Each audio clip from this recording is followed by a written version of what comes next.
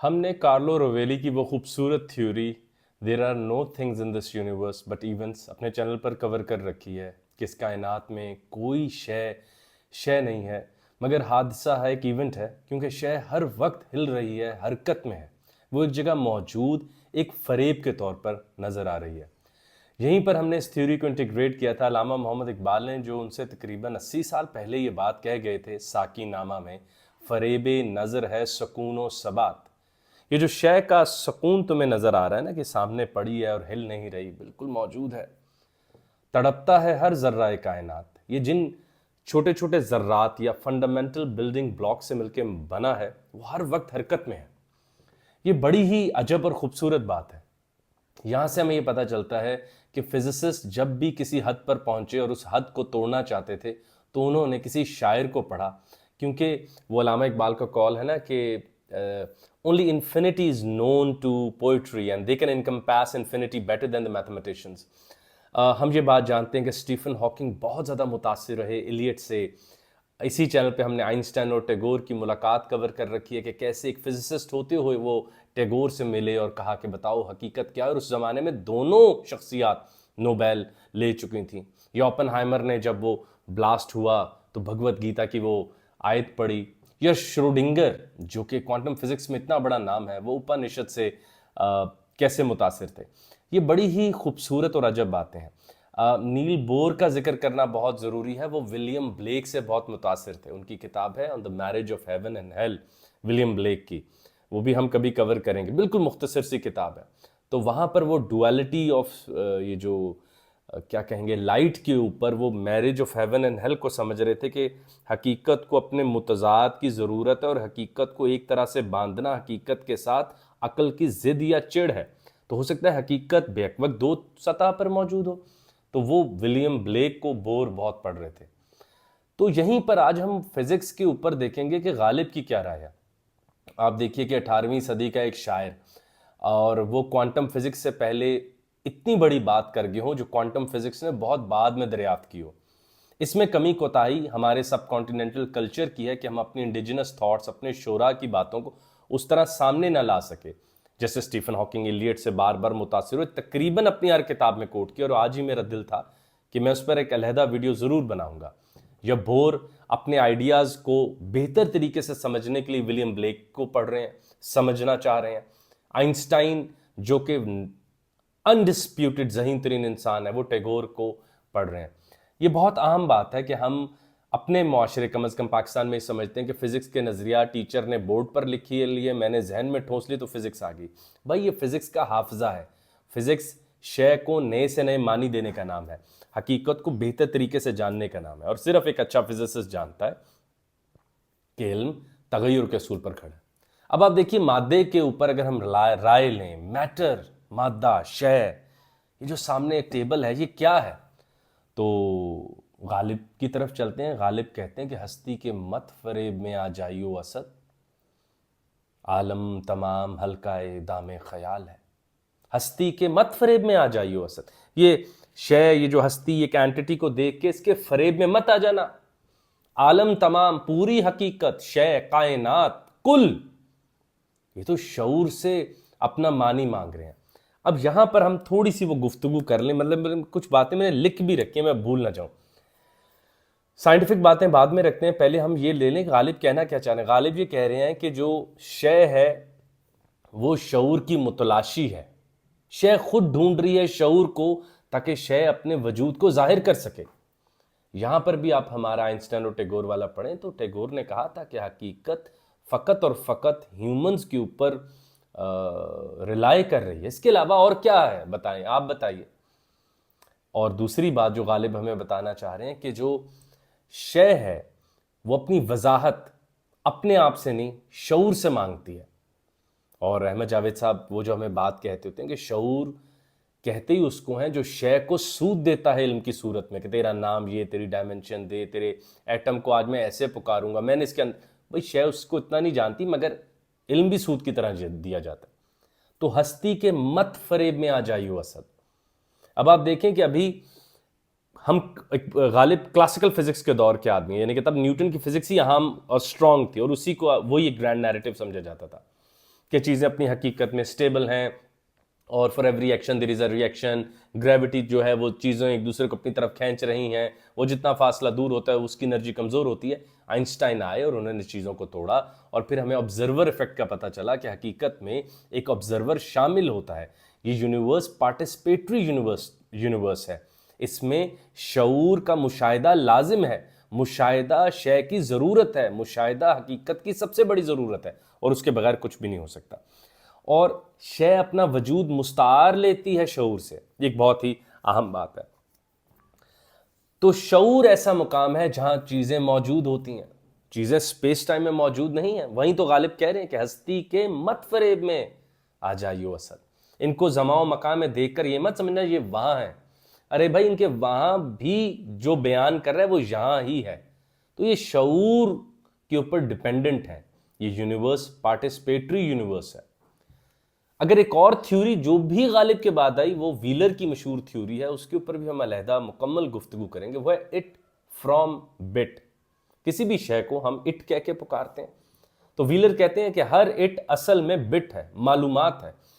ہر ظاہری وجود اپنی وضاحت کسی غیر مادی وجود سے لیتا ہے. ہر مادی وجود اپنی وضاحت کسی معلوم علم سے لیتا ہے جو کہ خود ٹچیبل ٹینجیبل نہیں ہوتا. اور آپ دیکھیں کہ غالب بھی ایک جو لفظ استعمال کر رہے ہیں کہ وہ کہہ رہے ہیں کہ خیال ہے, حقیقت جو ہے وہ ایک آئیڈیا ہی ہے جو کہ شعور میں موجود ہے. یعنی کہ مشاہدہ جو ہے وہ حقیقت کی سب سے بڑی ضرورت ہے, مشاہدہ شے کی سب سے بڑی ضرورت ہے. کسی بھی شے کو موجود ہونے کے لیے اس کا مشاہدہ ہونا ضروری ہے. آپ جانتے ہیں کہ جب ہم کہتے ہیں کہ یونیورس پارٹیسپیٹری یونیورس ہے, تو اب کوانٹم فزکس نے ہمیں بتایا کہ چیزیں سپر پوزیشن میں موجود ہوتی ہیں اور ایک مشاہدے کی صورت میں وہ نیچے آتی ہیں. اور جو لوگ کوانٹم فزکس کو ذرا اس کی ایبسرڈ سائڈ کو بہت غور سے یا بہت ایک جذبے سے پڑھتے ہیں, وہ یہ بات جانتے ہیں کہ ہم یہ بات بھی اب سننے میں آ رہی ہے کہ حقیقت اپنا رویہ, یہ شے اپنا رویہ تبدیل کرتی ہے جب اس کا مشاہدہ ہو رہا ہو اور یا جب اس کا مشاہدہ نہ ہو رہا ہو. تو ہستی کے مت فریب میں آ جائیو اسد. اب یہ ڈبل سلٹ ایکسپیریمنٹ سے پہلے کی بات ہے جب غالب نے کہا کہ جو شے ہے وہ اپنا رویہ تبدیل کر لے گی جب تم اسے دیکھو گے, جب اس کا مشاہدہ کرو گے. تو یہ سپر پوزیشن میں اپنی پوزیشن طے کرے گی جب اس کو ایک شعور دیکھے گا. تو اب آپ دیکھیے کہ ہم نے جب ویلر کے پاس گئے, وہ بھی غالب کے بعد آئے کہ انہوں نے, یہ بھی مکمل تھیوری ہے صرف اٹ فرام بٹ. شے اپنی آخری وضاحت, موجود اپنی آخری وضاحت کسی ایسی شے سے مانگتا ہے جو خود ناموجود ہے. ہر اٹ ایک بٹ کے اوپر کھڑا ہے, ہر موجود ایک علم کے اوپر کھڑا ہے. اگر آگے چلیں تو ہم نے دوسری بات کی کہ کائنات سپر پوزیشن میں جیسی مشاہدہ ہوتا ہے تو یہ ایک پوزیشن لے لیتی ہے, ورنہ یہ تقریباً ہر جگہ موجود ہو سکتی ہے. یعنی پھر شعور شامل ہو گیا. اور تیسرا کہ شے کے موجود ہونے کی سب سے بڑی دلیل خود شعور ہے, اور شے اپنی آخری وضاحت اپنے موجود ہونے کی سب سے طاقتور دلیل تبھی دیتی ہے جب کوئی شعور اس کو دیکھتا ہے. تو یہ کتنی خوبصورت بات ہے کہ شے اپنا رویہ تبدیل کرتی ہے جب شعور اس کو آبزرو کرتا ہے. اور یہ بات اب میں اس کو ضرور پڑھی ڈبل سلٹ ایکسپیریمنٹ کو, تو غالب بہت پہلے کہہ رہے ہیں کہ ہستی کے مت فریب میں آ جائیو اسد. دوسری بات کہ ہم نے جو اقبال کا رائے ساکی نامہ سے کور کی تھی, کارلو روویلی کی theory there are no things in this universe but events, اس میں اقبال نے بھی فریب کہا تھا. فریب نظر ہے سکون و ثبات, کہ جو کسی بھی شے کا سرفیس کا سکون ہے یہ فریب ہے, الوژن ہے, تڑپتا ہے ہر ذرہ کائنات. اور یہ مائکروسکوپ یا جدید ٹیکنالوجی کے بغیر ایک کوئی شاعر کہہ رہا ہے, اور غالب تو اقبال سے بھی بڑے اور اقبال سے بھی پہلے کے, بغیر کسی سائنٹیفک نالج کے اپنے ذہن اور شعور کی وسعت سے کہہ رہے ہیں کہ جو شے ہے یہ فریب دے رہا ہے, ہستی جو ہے یہ فریب دے رہی ہے. عالم تمام کائنات, تمام یہ جو موجودات ہیں حلقہ دام خیال ہے, یہ تو بس ایک خیال ہی ہے, اور یہ شعور کا ہی انتظار کر رہی ہیں کہ شعور ان کو پہلے سے بہتر طریقے سے موجود ہونے کے لیے کوئی دلیل دے سکے, یا ان کو دیکھے تو یہ موجود ہو سکے. تو اہم بات ہم نے یہ سمجھی کہ متفرق علوم پڑھیں,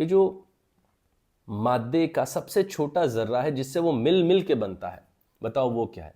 آپ دیکھیں کہ ویسٹرن دنیا کتنی لبرٹی سے اسٹرنگ تھیوری، یعنی ایک اسٹرنگ ہے جو بس ہے اور بس وہ ایک انرجی ہے، اچھا بھائی وہ ٹچیبل نہیں ہے تو پھر کل ٹچیبل کیسے ہے؟ تو یہ ہمارے ذہن کی ایسی باتیں ہوتی ہیں. بڑی معاشرے، بڑے سماج بہت زیادہ رائے لینے کے انتظار میں ہیں، اور میں نے یہ جو نام لیے مغربی سائنسدانوں کے، انہوں نے بڑے شوق سے اپنے سائنسدانوں کو اور مشرقی کتابوں کو پڑھا. اب ہماری ذمہ داری کہ ہم اپنے تھنکرز کو ان کے سامنے رکھیں.